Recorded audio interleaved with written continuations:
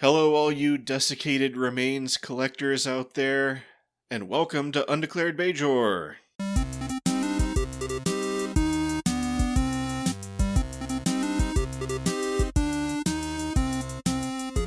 My name is Fletcher, about to say hello is Data. Yo! Today we're going to discuss and review Star Trek Deep Space Nine Season 4, Episode 25, Body Parts. Alternate title, Operation Pregnancy Explain. Yeah, pretty much. As always, you can expect full spoilers up through the episode being discussed and a possible small number of minor spoilers for later in the series, kept to an appropriate minimum. And we will pick at least one movie to spoil. The end of. Yeah, probably more than that, given our track record. Body Parts originally aired June 10th, 1996. So it was a 3-week gap there. It was written by Hans Beimler, story by Louis P. DeSantis and Robert J. Bolivar, and directed by Avery Brooks. We've got Avery Brooks back in the director's seat. Have we heard of these two writers before? I mean, these are some brand new sounding names to me. Robert J. Bolivar, according to this, the only thing he did was writing Body Parts. Well, the only Star Trek thing he did. Sure.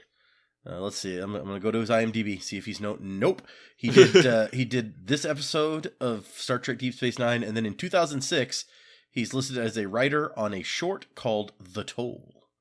So that's it. All right, then. Let's check Louis P. DeSantis. Yeah, no, nothing else for Star Trek. Oh, wait, was I looking at the wrong article? Or are they both? Hold on, because when I go to his IMDb, I also get The Toll thing. Huh. So did they work together on that also, or did I just look at the wrong IMDb? Oh, we're going to find out. Nope, that's both of them. Yep, they both worked together on this episode of Deep Space Nine, and then 10 years later on the short The Toll, which appears to be a CG animated... The Toll is a mockumentary character study in the guise of a student project created by fictional film student Harvey Stevens, where he delves into the realm of the not-so-fantastic myth to interview a troll who lives under a bridge. Uh-huh. Sounds interesting, I guess. I it's CG, but also it's a mockumentary? I guess. Okay. I like... The troll is, for lack of a better word, evil. I'll accept evil. Yeah. As a description of a troll. So, I did something I haven't done in a while, which is I split the two completely separate and unrelated storylines into their own synopses. Oh. So, we'll see how that works out. So yeah, they're not really related in any way, so...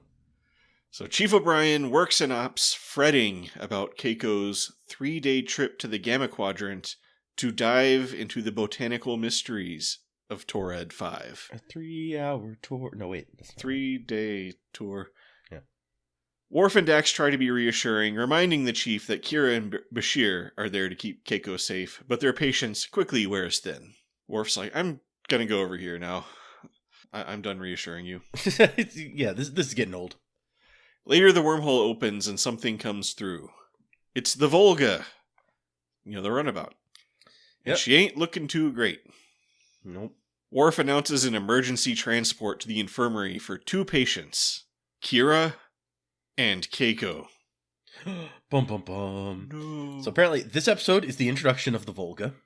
Sure. And a later episode will make it clear this is not a replacement for one of the other 3 runabouts. This is a 4th runabout. Oh, wow.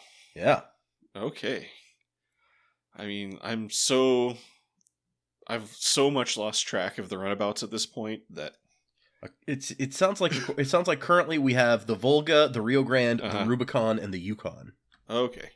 Anyway, the chief rushes to the infirmary and goes directly to the bedside of Kira, who toys with his emotions for a little bit before pulling back her blanket and revealing she has the baby now. Oh no. It's like, why is this whole thing shot so close up on everybody's face? No reason. Bashir explains the situation to a confused chief and Captain Sisko, who seems uncomfortable, like he has something better to do. Well, he's just like, I want this conversation to be over, and so he keeps trying to be like, but everything's great, it's all fine, right? We don't need to dwell on this any longer. It's like, baby went from over here to over there. Let's call it a day. So We've got a quote from Andre Bormanis, who is, I guess, like the science consultant. Okay. And he says, sometimes we stretch the boundaries a little beyond my personal comfort level. In an episode of DS9, the writers wanted to transport a baby growing in a womb from one character to another, Keiko into Kira.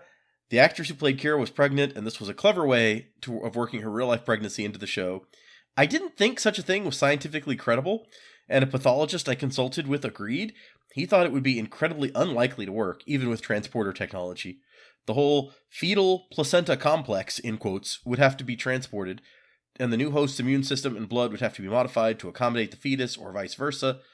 We worked that information into the episode as best we could, and hoped we wouldn't get too much grief from obstetricians. Sorry. Sure. But today, a mere 15 years later, the idea of a fetal transplant is under serious study. It could become a reality in just a few years.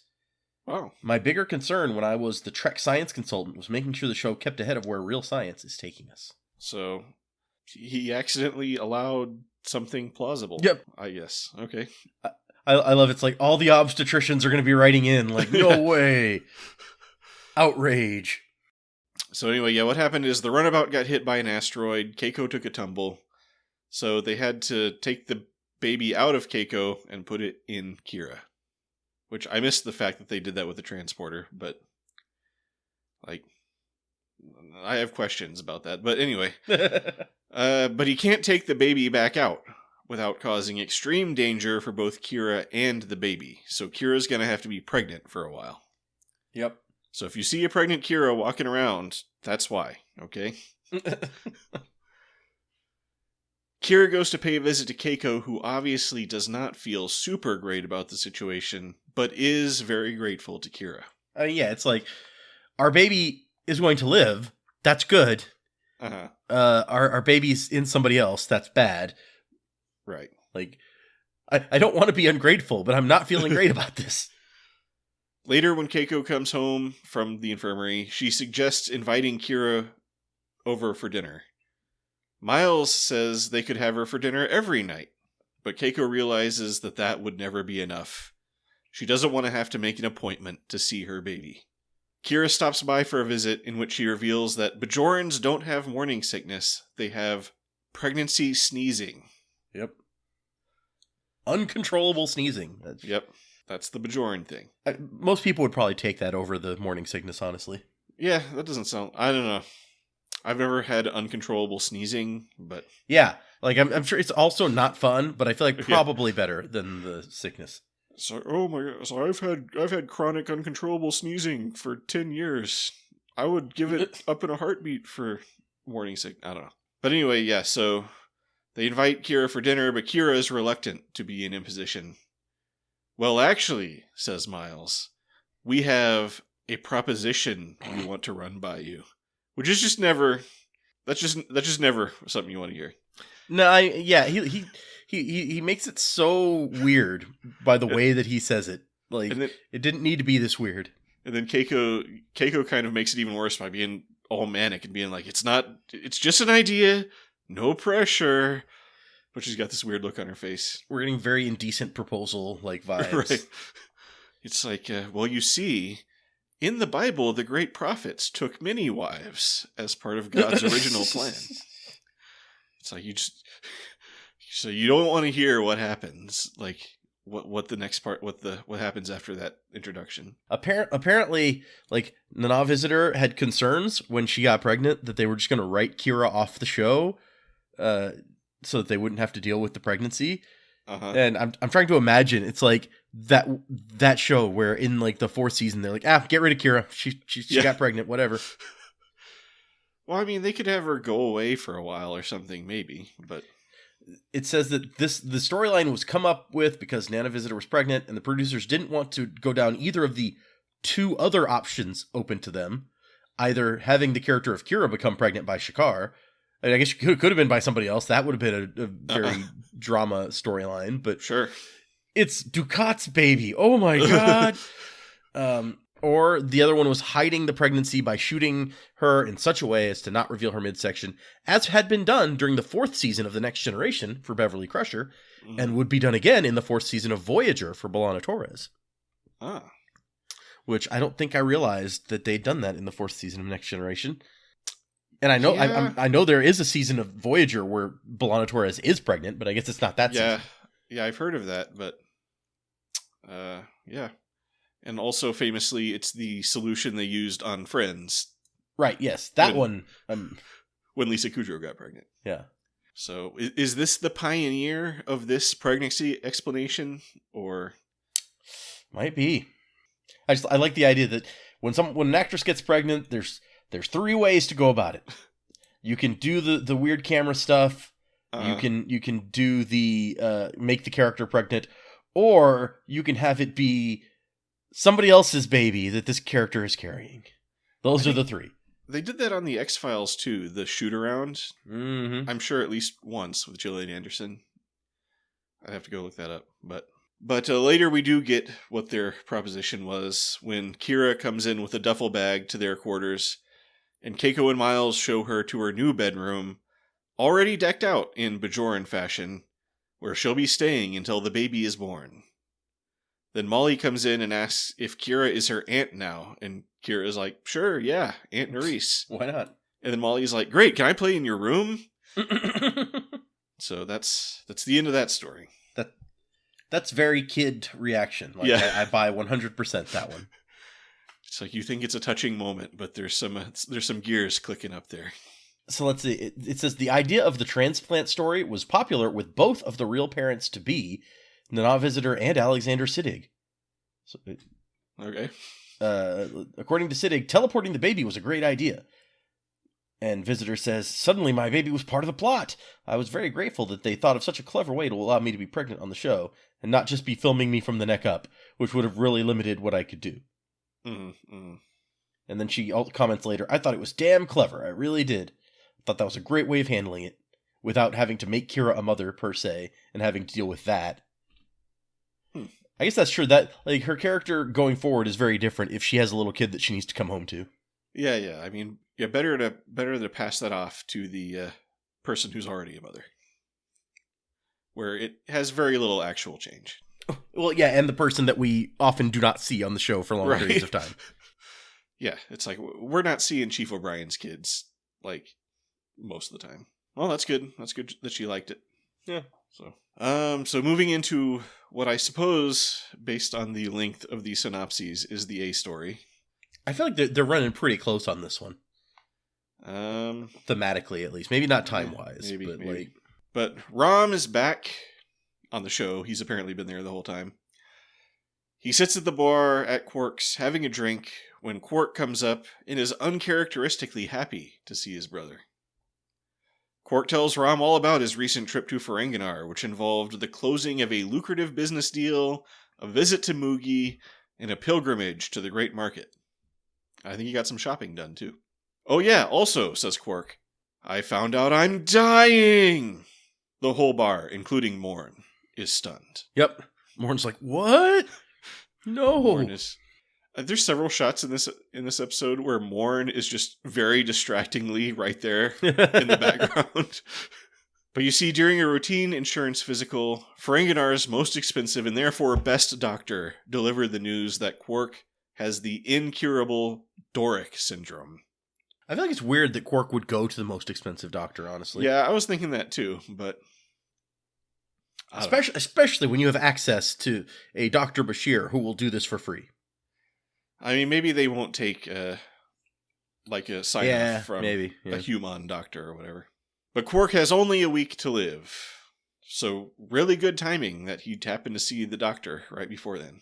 Also, it's a week where, you're going to die, but it's not one of those diseases where you're going to feel bad or need to be in the hospital or anything. You just get to walk around, do whatever, and then you'll drop dead. Yeah, it's not a horrible degenerative illness. You're just apparently will be dead one day. Yeah, there's just a time bomb ticking, and when it goes, it goes. Rom is distraught. Quark worries about having to settle all his accounts with his Ferengi creditors. Screw all those other guys, because, as the rules of acquisition tell us, a contract is a contract is a contract, but only between Ferengi. Yeah, that's rule number 17, which I feel like at some point before or after this, there was a whole thing about like how some of the rules were written before contact with other species, which makes this one being 17 kind of strange. Well, maybe it was revised later. Oh, yeah, could be. Rom, trying to put a positive spin on things, points out that Quark can now sell his remains on the remains market. His body parts, if you will. Oh, what? This causes Quark to take stock and realize that as a Ferengi businessman, he's a failure, and his remains probably won't be worth anything, even if he was the Grand Nagus for a week that one time. Honestly, I'd forgotten that he was the Grand Nagus for a week that one time, but I feel like that should make it worth something. Like, that's got to be... He's like, I'll be a footnote in history. And I'm like, well, that's exactly the kind of thing that down the line is a valuable collector's item, where it's like... People love footnotes.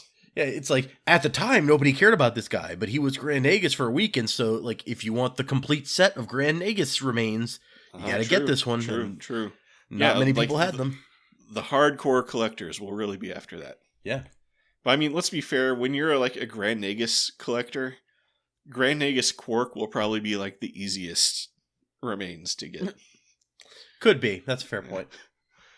It's like, I have a feeling like Grand Nagus Ghent or whatever will be slightly more harder to acquire. Yeah. But Rom tells Quark to put up his remains for auction, and they'll see how much he's really worth. They call it like the Ferengi futures market, but it really seems to be kind of like eBay. Yeah. Rather than a futures market. Yeah, I don't know. I'm not quite clear how this works. But yeah, later Quark is monitoring the progress of the auction, which has that weird picture that appeared on the mug in the last episode. So I guess that's just Quark's favorite picture of himself or something. Like when he decides in the scene where Rom convinces him to sell his remains or whatever, he reaches over and hits like 3 buttons on the console, and then like that picture pops up of him. Uh-huh.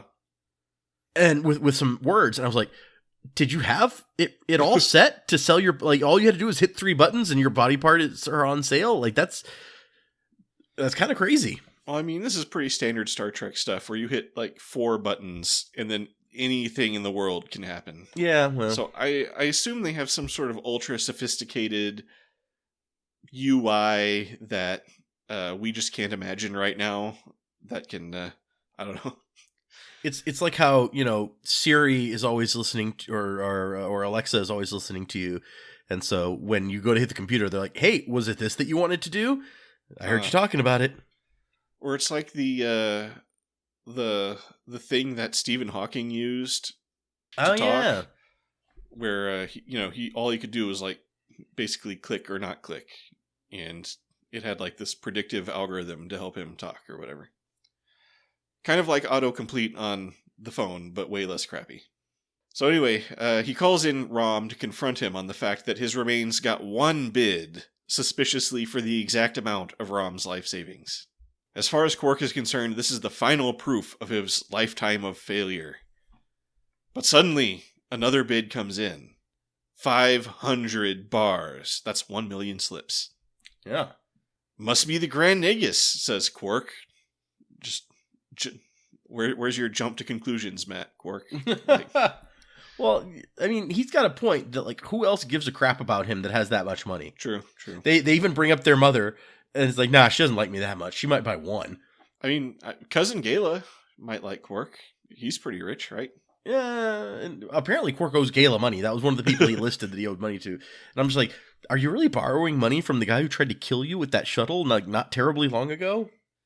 I mean, just this Ferengi culture, we've seen this many times, seems to just prioritize, like, contracts and debts and business over life and death matters. So, as this episode indicates, yeah. Right. So, Rom is skeptical of this Nagus theory, and he advises keeping the auction going to see if they can drum up more bids, but Quark takes the bird in the hand approach and immediately accepts the 500 bar bid. Later, Quark and Rom are putting the finishing touches on the post-death plans for how to distribute the 500 bars, when Dr. Bashir stops by to casually drop some wonderful news. He got a call from some Ferengi doctor that Quark doesn't have Doric syndrome after all. He's like, whatever that means. I'm like, You're a doctor. It should be pretty clear, like, what you don't have a disease means. I like, what is the complexity here? Yeah. It's like, a doctor called me and told me you don't have Doric syndrome? I'm just completely at a loss for what this is about. I don't know why he would call me. presumably your primary care physician to tell me that, but I do like there's a presumption that Quark has probably talked to this guy about it, given that this guy is the doctor where he lives, but Quark's like, nah, screw, I'm talking to that guy. What does that human know? Right. So Quark is over the moon, as he can now sue the diagnosing doctor for malpractice. And also, as an added bonus, he's going to live. I hope that malpractice suit comes through for him after everything in this episode. Yeah, for real. Well, I don't know if a disgraced Ferengi can bring lawsuits even. Well, that's what I'm saying. Like, I hope it still works out for him since things go so badly. That night, Quark is sleeping in his big Ferengi pajamas when he gets a late-night visit. It's Brunt, FCA. Who's a very persistent doorbell ringer, despite the fact that I don't think there are doorbells. Do you hit a button to make the beep, or does it just beep when you walk up to the door? Oh yeah, that's a good question. I don't recall how it works, honestly. I mean, we hear that door chime all the time, so I don't know. But Brunt reveals that he's the anonymous bidder who paid 500 bars for Quark's body. And due to the unfortunate wording of the contract, which requires the remains be delivered in 6 days, Brunt still wants to collect. After all, a contract is a contract is a contract. And Brunt is, by all appearances, Ferengi. Although deep down he is Pervalian. But I mean, look, it's Jeffrey Combs, and as we've established, Jeffrey Combs is always awesome. So sure. But it turns out Brunt has a passionate dislike of Quark. I guess a passionate dislike is a weird phrasing, but he has all kinds of wonderful ideas of how to defile the remains. It's weird because the 2 other times we've seen him, I mean, he doesn't like Quark for sure, but he never seemed to like dislike him that much. The first time they had kind of like an amenable, mutual end where it's just like, okay, this situation's over. Hope we never see each other again. Everybody's happy. And the second time, he did have a bunch of guys beat up on Quark, but it didn't seem personal in any way. It was more like he was here to do a job, and this was the most expedient way to do the job. And now all of a sudden it is very personal. Right. As he says, this isn't business. This is personal. He must be really rich. Like, this job must pay well, given how much money he can throw away on defiling Quark. Or maybe he just hates him that much. Or he's Pervalian. Pervalian also had a lot of money, so yeah, he was a rich guy, wasn't he? So yeah, I was just expecting Brunt to be like, you see, I am Pervalian. That's why I'm mad. You never got me the Kira program I wanted. That's the real reason. So I had to go into that program and have sex with a lady who had your head. You made me do that. He couldn't stop. He had to do it anyway. Yeah. I had to get my money's worth out of that program. There's a quote from Jeffrey Combs about the episode where he's like, that episode was a lot of fun. Probably the best Brunt episode. I love the scene where I insist, despite the fact that Quark is not going to die, that he fulfilled the contract. that first scene where I show up in Quark's quarters was just so much fun. I love the moment. It was such a delicious moment. I mean, he really was relishing it. Hell, he just lays down on like the couch or whatever in Quark's room. And he's like, "Oh, this is gonna be great. I love this." Didn't Jeffrey Combs also think that he was the hero of the strike episode? Yeah, I seem to remember something like that. Yeah. I love the Jeffrey Combs method.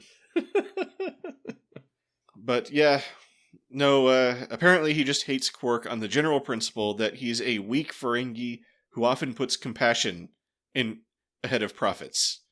He's a philanthropist, a humanitarian, which I like that little twist. No, it's good. Yeah, there was what was the episode? I think it was the last Mirror Universe episode when a Ferengi said human, not human, and it really bothered me.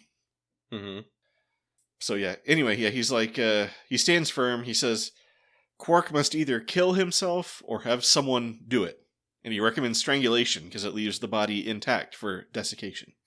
I do really enjoy that one exchange where Quark's like, "What do you want me to do? Kill myself?" And he's like, "Oh, no. You can have someone else do it." Yeah. Like, it's just a great moment. Or he can break the contract and bring ruin and pariahhood upon himself and his entire family, including his mother. Yeah, I don't think. I mean, his mother's already not legally allowed to like do business. I don't know. She's doing it illegally. I don't know how this will affect her in the long term. It's a question. But the rest of his family, being I guess Ram and Nog primarily, I don't think they will care. Right? Yeah, yeah. I was thinking about his mother. It's like because like when he starts making that decision, that subject never comes up. No, because he's like, yeah, your mother will be forced to wander naked in the streets asking for handouts. And so apparently we don't care about that. Right. It's like that never even seemed to weigh on the scales when he was making his decision. So yeah, maybe he should have called her and been like, hey, what do you recommend I do here? She is the better business mind, we have to all admit. So, might have been worth consulting. There's this note, and I assume it doesn't say exactly when in the script this comes up. I assume it would be in this area talking about his family. But the script for the episode mentions Quark's uncle Pax, whom Quark admired for having made a fortune in waste extraction, but whom Nog knew as Uncle Stinky. I want to know more about Uncle Pax. Yeah. Hopefully he made it through okay. No, I'm sorry. He's ruined. He's going to show up to the station and demand ritual suicide. Cousin Gala doesn't seem to be affected, as far as we can tell, by Quark's, banishment from Ferengi society. So I guess his extended family is okay. Yeah, I mean, I assume they have to put a limit on that somewhere, or else. Yeah, right. You can't just have everybody. Yeah. So yeah, Quark and Rom pay a visit to Garrick's, where Garrick is acting quite annoyed with Morn for some reason. Yeah, Morn has been complaining about the pants, and Garrick's like, if you will just try on the pants, right, you will see. And Quark's pants won't be ready for a week, so what the F do you want, Quark? Quark's not going to be able to pay for those pants. Quark's like, I want to hire you as an assassin. Great idea, says Rom and me. Have Brunt killed. But no, says Quark. I want you to kill me. Garrett quickly drops his fake indignation at the suggestion that he's anything other than a simple tailor, and seems pleasantly intrigued by the idea and quite willing to accept. It's hilarious to me where it's like, if Quark had said Brunt or anyone else, Garrick probably would have been like, no, I don't know what you're talking about. Are you a cop? You have to tell me if you're a cop. Yeah. But when Quark's like, I want you to kill me, Garrick's like, oh, okay, now you have my attention. Rom is shocked, but Quark seems determined to follow through with this contract to prove his Ferengi-ness and get into Ferengi heaven. Yeah, I mean, important thing. Apparently, this is the first episode where Andrew Robinson is credited as Andrew J. Robinson. Oh, wow. According to Robinson, the J stands for Jort, Jordt, his grandfather's first name. Huh. Is it also his middle name? I don't know. It doesn't say, so I was like, maybe it's like a David X. Cohen thing where he just had to come up with a name for a union and he picked that. I don't know. It's like every letter was taken but J. Yeah. Sorry, Andrew X. Robinson is taken. You gotta find something else. Quark and Garrett go off to make arrangements. Later, we see Quark eating alone at the bar, really, really enjoying his food, whatever it is. And Garrett sneaks up behind him and snaps his neck, dropping him face down in his apparently delicious food. There's some great sound effects here. Not only the neck snapping, but then like the splat as he lands in the food. It's some good Foley work. How was that? Says Garrick. Then a different Quark steps into the shot, showing that this is obviously some kind of holo simulation. And it was pretty seamless. I watched it like 5 times trying to figure out how they did it. Because it really looks like... Because they do what I think they did was they had a close-up of Quark, and then they did a like pullback, like right as his face is about to fall down, which makes it look almost like the same shot than Quark walks in. I don't know. It could just be that they can make a really good likeness of the face, given that they have the detailed face thing from having to do Armin Shimmerman's Quark face all the time. So maybe if it doesn't require a lot of talking and stuff, they can make a guy look very much like him. Well, like in the shot when Garrick snaps his neck, it's clearly Armin Shimmerman. Okay. But then it's like almost a split second after it cuts to this wider shot, which is like framed almost the same, but it's a little bit wider. And then, like, that's when he falls down, and it really looks like him. So maybe that's like you're saying. It's just like body double made up with, the same makeup that makes his facial structure look the same. Then he falls over, and then the Armin Shimerman Quark walks into the scene. I don't know. However they did it, looks pretty good. Quark is like, I am not pleased. Did you hear the bone snapping sound? Which I'm betting the British people didn't, but I don't want that to be the last thing I hear before I die. Then Garak expresses frustration at all Quark's complaints about the various methods of death. Apparently he even gave him, I guess, a non-lethal sample of the poison gas to smell. And Quark decided it was too smelly. Yeah, it's all of these different methods. It's like the disruptor ruins your suit. Come on. Yep. I do love that Garak is just like happy to kill Quark in any of these ways, right? Despite knowing that like Oda will go looking for the person who murdered Quark, and Rom knows who Quark has gone to try to get himself killed. Yeah. So this seems like a really bad idea to be involved, but Garak is on board. Right. Garak's gonna realize that he's gonna have to take out Rom too. Probably, yeah. That's the real solution here. Yeah.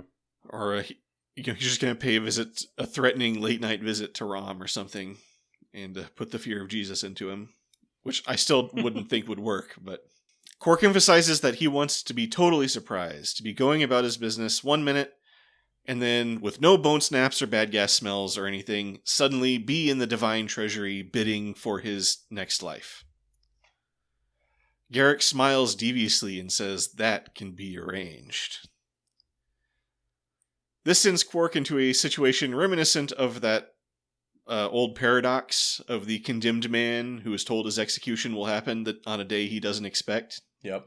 And he deduces he can never be killed because he'll always suspect it. In terror, Quark sneaks and dodges through the corridors of the station into his quarters, constantly expecting Garak, being like, I won't be surprised! Then he makes it to his bed, where he falls asleep in his clothes, instead of his giant Ferengi pajamas, for some reason. Then he wakes up in the Divine Treasury, at first believing he's finally dead. I do like that moment where he's like, wow, Garak's good. Okay. Yeah. He's like, yeah, worth every penny. But then Ghent, the first Grand Nagus, who looks a lot like Rom, walks in and reveals that this is just a dream. And Quark has a crappy imagination, which is why it's kind of a lame-looking dream, with a really tacky-looking Divine Treasury, and Ghent looks like Rom. But Ghent commands Quark to break the contract. You see, the rules of acquisition are useful business guidelines, but you'd have to be a moron to take them to this extreme. Quark comes around to the idea that if the first Nagus himself appeared to him in a vision and told him to break the contract, that would be okay. Yeah, obviously. Then Dream Brunt shows up and tells him not to do that. Ghent tells Quark to kill Brunt, which Quark can't do because it's a dream, but apparently Brunt can kill Quark and starts strangling him. And then Quark wakes up and finds that he's strangling himself, which just... the logic of this whole dream sequence is totally baffling to me. Then Quark goes to the bar where he finds Brunt sexually harassing a waitress, lending more evidence to the Pervalian theory. Quark announces that he's breaking the contract. Brunt is delighted to have his opinion of Quark confirmed. He immediately gets to work stripping Quark of all his assets, and then Quark closes the bar. Then Rom comes into the empty bar and finds Quark in low spirits, wearing basically just the shirt that he will soon also have to send to Brunt. Yeah, gotta give him my shirt too. Then Dr. Bashir comes in and delivers a case of undrinkable Alvanian brandy, followed soon by Dax, who has some ugly glasses her sister gave her that she's been desperate for an excuse to get rid of. Then Cisco comes in with a bunch of furniture they need a place to store. Quark accepts, for a nominal storage fee, of course. And then Rom is like, see, who needs money? Friends are the real assets. Quark is moved, and possibly a little confused, as I am, about what lesson he's supposed to learn from all this. It's not clear if he remembered to cancel his arrangement with Garak, who is very likely still out there somewhere lurking. Yeah. The end. That's the biggest thing where I was like, did you talk to Garrick? Because he may be getting ready to kill you right now. It's like Garrick jumps out and like stabs him. Once again, we hit a thing where I'm just like, if Dax's sister really gave her these glasses, is that a thing that people do? Are people shipping glasses like interstellar distances when you can replicate all the glasses you want right where you are? Yeah. I mean, there could be something also where if you want to gift something somebody, you can like send the file to their replicator. Yeah, that's what I was gonna say. Is like that seems way easier to send the file, but that also seems like it doesn't cost anything, so it's a weird gift to. I guess in a like moneyless society, if nothing costs anything, then maybe that's as thoughtful as any other gift. I don't know, but it's just weird to me because if Dax doesn't like the glasses, she doesn't have to replicate the glasses. Yeah, I don't know. I just imagine it's like, oh, you got to replicate these glasses, and then she replicates them. She's like, oh, great. Like the kitchen areas that we see on this show don't have a bunch of like cupboards and stuff to store your plates and glasses in. Yeah. Because you get them from the replicator and then you dispose of them into the replicator. Yeah, that's true. I don't know. And it even had like a box, so yeah. Who knows? I don't know. And the fact that Quark even needs someone to bring him all of this stuff, it's like, oh man, I had no glasses from the replicators. Brunt can't take the station's replicators out of the bar. Right. So, whatever. I'm a little baffled why, at that point, Quark would allow Brunt to take anything. Like, he literally has nothing more to lose. That's true. It's like, I'm not sending you my clothes. What are you going to do? Ban me from Ferengi society? It's already done. Screw you. Oh, are you going to take it out on my family? Oh, you already did that. Yeah. It's like, what? It's like, what do you have to threaten me with? You have nothing to do with all your strength. That's good. Dark Knight, yeah. Good Joker ref there. So there's some notes about this storyline where during the development of this episode, the writers spent a lot of effort exploring the character of Quark. Oh, really? According to Renee Echevarria, we really dug down to find what this episode was about, and in the process, we managed to find out who Quark is and how Ferengi he is. Huh. Similarly, Hans Beimler says the substance is that Quark has a line that he will not cross. He has very clear ethical code and lives by it. This is a comedy, but it deals with some serious business. Quark is a very complicated guy with a lot of complicated issues. He's not just a silly Ferengi, and the more you explore the character, the more you see how very sophisticated and complex he is. I'm going to take this opportunity to dispute that. Where the only reason he broke the contract was because his life was in danger. Yep. Like they literally held a gun to his head and made him betray his like Ferengi values. So, as an exploration of Quark's character, I think this has some flaws. No, yeah. I mean, you see with a gun to his head how far he's willing to go to like stick to his values, where it's like he's gonna die to stick to this until he comes up with a good excuse of, well, the first Grand Nagus told me, so it's okay. It's like he's looking for literally any excuse to seize upon. Yep.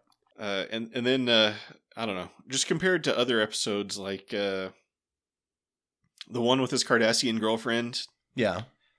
Where we got kind of that little, which is where we first heard about his selling like food and medical supplies to refugees or whatever at just above cost, apparently. And we saw he had this kind of compassionate side.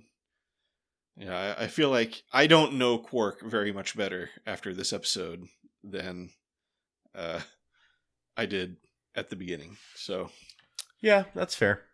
Anyway, I'll just get that part of my review out of the way right now. Also, according to Hans Beimler, there's a political metaphor behind Brunt's hatred of Quark. He says Quark grates him because Quark has been able to do things that Brunt doesn't think of as pure or quite right. It's the way certain people view expatriate Americans who may have traveled and had a different life experience. They say, how could you leave America? So he spent 55 years in Africa. That doesn't mean he stopped being an American. He's just an American experiencing another life. And that's what Quark is. He's gone out of the Ferengi world, but it doesn't mean he stopped being a Ferengi. But people like Brunt are envious and jealous of him. Do Americans have that problem? I know people from lots of other countries and cultures have that problem, but is that something that American expatriates face a lot? I have no idea. I don't know personally that many American expats and what they go through. So yeah, I don't feel that way about them, but well, yeah, I mean, yeah, I don't care. They can do whatever they want. I'm good with it. Like, more power to them. Live your life how you want to. Yeah, I mean that's part of what makes America so wonderful, is the freedom to pursue your life's destiny, whatever that is, or whatever. But I don't know. I've never heard anybody express that sentiment in America. I know, like, you know, a lot of people will say, like, you know, if somebody goes to America, they get too Americanized or something. But yeah. Maybe it was big back in the 90s. People were like, oh, these expats, they're just not really Americans anymore. Yeah. I don't know. Well, that's interesting. Who said that again? Hans Beimler? Hans Beimler, yeah. Huh. Isn't Hans Beimler is a German immigrant, isn't he? Well, let's see what there is to find out about Hans. I mean, the name certainly sounds like he could be, but well, I know we've talked about his background before. I think he has one of those. I remember. Let's see. He was born in Mexico City, son of a Spanish Civil War refugee and an American painter. Oh, okay. He was named after his grandfather, German communist and hero of the Spanish Civil War, Hans Beimler. Oh, wow. Oh, yeah. I know we've mentioned all this stuff before. I'm sure, yeah. It's, yeah. So, yeah, it's Winrich Kolbe who immigrated to America and then fought in the Vietnam War and then became a Star Trek director. Well, that's an interesting take, I guess. Hans Beimler. Yeah, I mean, you know. Sure. And then there's one quote from Armin Shimmerman about the episode where he says, "This is a highly important episode for the character of Quark. Quark has always believed he's an outsider on the space station, and that the only thing that's his own are his Ferengi ways. He believes in the Ferenginess of himself, so to give that up, because a contract is a contract is a contract, is a major moral dilemma." I guess, you know, once again, it's like nothing you do at threat of death can really, I think, be relied upon. So, but I mean, it is true that I guess now he has to accept his position as like a member of the station before a Ferengi or whatever. Yeah, he has no other community anymore. Yeah. Maybe Worf will have some newfound respect for him, but probably not. Yeah, probably not. Oh, wow. I didn't even... I'm sure we've talked about this before, too. I was just scrolling through Hans Beimler's article. In 2007, he worked with his friend and fellow Deep Space Nine staff member Robert Hewitt Wolf on the television series The Dresden Files. I know we've talked about The Dresden Files before, in people working on it. I don't remember if it was Hans Beimler we were talking about or not. Could have been Robert Hewitt Wolf since he was there also. So yeah. But you know, there's an unsuccessful TV series that they went to work on. Sure. The last note about this episode is that the on-screen scene of the damaged Volga will later be reused to depict a damaged Rio Grande. So see if you can spot that when it happens. They reuse special effects in Star Trek? Yeah, who knew? When famously 2 back-to-back movies had the exact same exploding spaceship effect. Okay, so... Title review. All right. How do we think about this title? So, I think the title's appropriate. Like, it fits... It actually kind of fits both of the stories in a way. I mean, you're not dealing with body parts in the Kira story, but, like, you're dealing with, like, medical body issues, so... I think it's the relevance. I'm pretty good with. I don't know how clever it is. Maybe it's a little bit clever. Like, it's just like independently body parts. It doesn't feel like the title of something. So yeah, like the cleverness of it. It's not like you came up with a title that was a clever pun on something. It was like you came up with 2 words that fit the thing and you used it as the title. Which I know that sounds like a really weird line to try to draw there, but that's the way it feels to me. Like this doesn't feel like the title of something. But memorableness, I don't know. I feel like it should be memorable. The one where we're talking about Quark having to like sell pieces of his body should, in my mind, connect with the name Body Parts well. It doesn't. Like if you said Body Parts, what's that episode about? I'd be like, I have no idea. Yeah, it feels a little sloppy. I'll give it a little bit more props on the memorableness because I don't know why, but like when I hear Body Parts, for some reason I was connecting that with the like I forgot all about the Quark storyline. I was just connecting the title to the Keiko thing. Okay. And I don't know, somehow that clicked easily with me. I don't know. Huh. So yeah. And it's such a weird title, kind of like evocative or something, that I think it kind of like sticks in the brain matter somehow. So okay.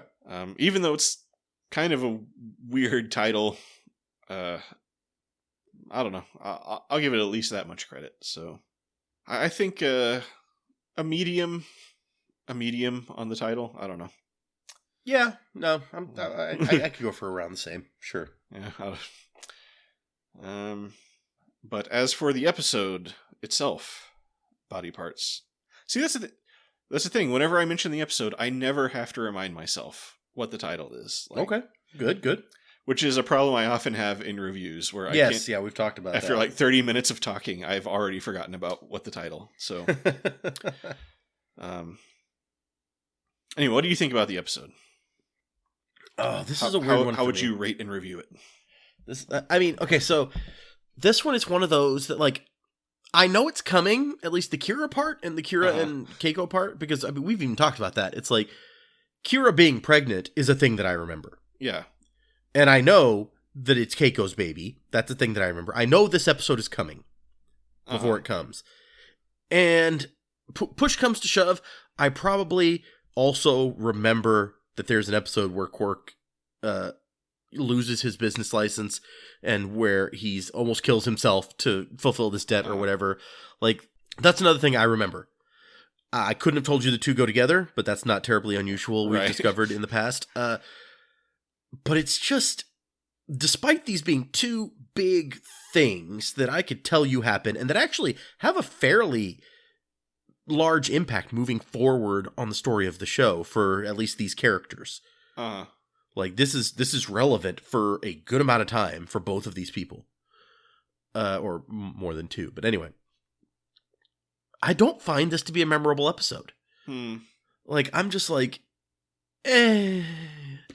Like, it's okay. I honestly don't have that many complaints to pull out about it, where I don't have that much. And the Garrick stuff is a lot of fun, because Garrick is almost always a lot of fun. Right. And Garrick and Quark together often, like, produces something entertaining, regardless. And the scene where they're trying to decide how to kill Quark, that's an awesome scene. I love it. Give me a whole episode of that. Right. That's fun. But yeah, I'm just... It doesn't stick with me. It doesn't stand out as being good or bad or anything, really. I'm just kind of blah on it. And because I have a couple things I can point out as I like this, and I don't really have much to point to say I dislike this specifically.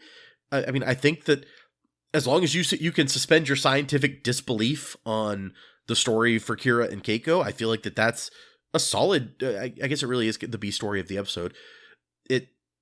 There's some conflict, there's some feelings, there's a resolution that provides for interesting story moving forward. That whole story I don't really have any issues with. There's a few details that we've talked about on the Quark story where it's like, okay, this is a little silly, a little strange. I like they have to make the allowance why, yeah, your dream looks crappy and this guy looks like Rom, but that's just because you have a poor imagination. Right. Like, they're like hanging a lantern on this scene, being like they couldn't afford to do more with this. But But yeah, overall, I don't have many complaints about it. I just don't have much that I like about it that makes this episode stand out or be fun to me. So it would be just above the line. It'll be a Lieutenant Commander. Okay. Yeah. Something I forgot to mention is that this is, by my count, the 5th suicide-oriented episode this season. Wow. Oh, okay. After, let's see, The Visitor, the one where Worf's brother showed up. Right, okay. The one where Chief O'Brien went to Mind Prison. Oh, right, yeah. And I think it was it the very last episode where people were taking euthanasia to get out of the horrible disease? Oh, yep, you're right. So, you're right. It's almost like, do we need to have an intervention for the writers or something? Are you guys okay? This is, of those 4, this is by far the least depressing. So it makes me think. But yeah, I think I feel kind of the same way. In a way, I kind of appreciate the Keiko, Kira, Miles story in that it's like they have to do it to get this explanation out of the way. I feel like they got kind of in and out with it. Like they were, they kind of did the bare minimum that they needed to do to make like a coherent story out of it. Then they were like, all right, do you accept it? And I'm like, okay, since you respected me enough not to make like a whole huge thing out of it, I'll accept it. They could have drawn that out a lot longer. You're right. Yeah. It made it a lot more dramatic, and you're right that it is better the way they did it. Yeah. And then with the Quark story, it's just, first of all, I kind of am, like I said, I don't think that it really tells us much about Quark's character. I did enjoy like the Garrick scenes, and I liked the scene where he was like jumping and dodging around trying to avoid Garrick. I like simultaneously laughed and groaned at that part.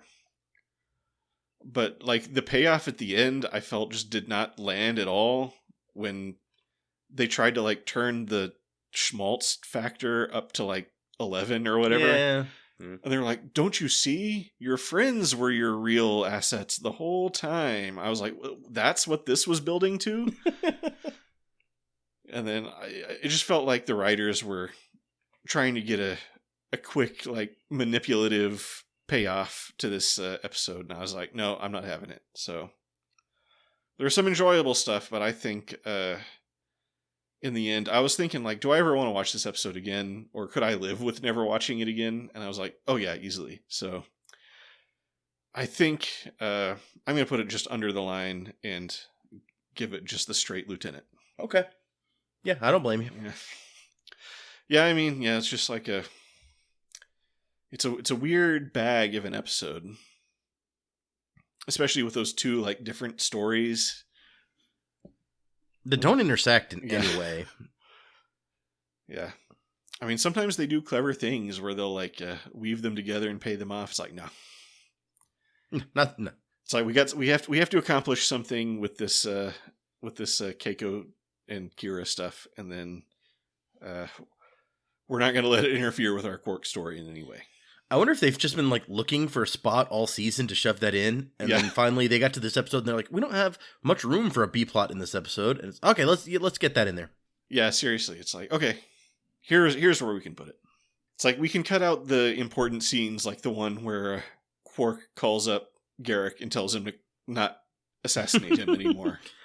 That's how the episode should have ended, with like Garrick just, as we said, like just dropping out of the sky to kill Quark, and it's like, wait, no.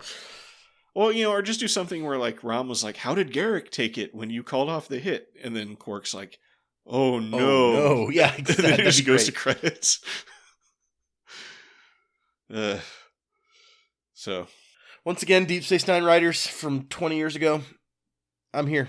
Yeah. Or 30 years ago, almost at this point. We're here if you need us. Yeah, we're here to advise. I mean, I realize, like, what the environment must be like when you're, like, on a production schedule and you're trying to churn out an episode, and you're probably having these like long sessions where you're trying to make all the different scenes work together and stuff. But no, like us in our like little 1 hour discussion nitpicking it, I mean, I feel totally qualified to like 100%. Yep. To write a Deep Space Nine episode. So, and I have my list of episode ideas that we've been building up. Oh, good. Right here. So that's on my list of stuff to do when we run out of actual Deep Space Nine episodes to talk about. So that includes the Q Alice in Wonderland episode. Yeah. Alien Shakespeare episode. Mm-hmm. The Four Shifts episode. Oh yeah, right. I'd forgotten about the Four Shifts. The episode which I have titled "The Rules of Retribution," the Alt Universe Moogie Revenge episode. Okay. Where Alt Boogie comes to get revenge on the people who have killed her children and grandchild. Her 3 family. Yeah. Right. A Day in the Life of Counselor Telnori, counseling various people. Yep. And then also I have on here Klingon King Arthur. Is that something we've talked about? Because Kahless is basically King Arthur. He's supposed to return when whatever, but he has returned. I don't remember this discussion. No. I think I might have written that when I was in some kind of stupor or something. I don't know. Fugue state. Yeah, it happens. I don't know what Klingon King Arthur is about, but hey, if you guys remember, leave us a comment. Yeah, if this is something we ever talked about, let us know. So anyway, what do we have to look forward to on the next episode of Star Trek Deep Space Nine? The finale. What an excellent question, which I have completely forgotten what I had for the next episode. Hold on. I had this, and then I did not write it down, and now I forgot. Oh, no. Oh, it's the season finale next time. Yeah, you said that just a second ago. Yep. Nope, I've forgotten. Crap, I gotta start writing things down more. So we'll Cloverfield this one, where we'll just make some totally inscrutable promotions, and then try to pique people's interest that way. Hold on, now I'm reading to see if this is based on a movie that Ira Stephen Bear saw a movie and decided to make this episode about it. Nope. But it's the season finale, so it's got to be good, right? Yeah. So this is Sweeps Week. It's the English Patient. Okay. And I was gonna say like a war thing, but the English Patient already is kind of a war thing. I've never actually seen the English Patient, so it's not really much like this. But okay, it's the English Patient in space is what we're doing. Yep. All right, the English Patient in space. I mean, putting in space after anything makes it better. So obviously, yeah, Shakespeare in space. We've been there. So anyway, come join us for the discussion of that episode. If you made it this far in our discussion today, thank you for listening. Don't forget to check the description. Maybe I'll put something interesting in there. Oh, we didn't spoil any movies today, did we? What a shame. We talked about the English Patient briefly, but I don't remember it well enough to spoil it, so. Oh well. I'm Fletcher, about to say goodbye as Data. See ya! Until we meet again, just remember to keep that blood wine warm and that prune juice chilled.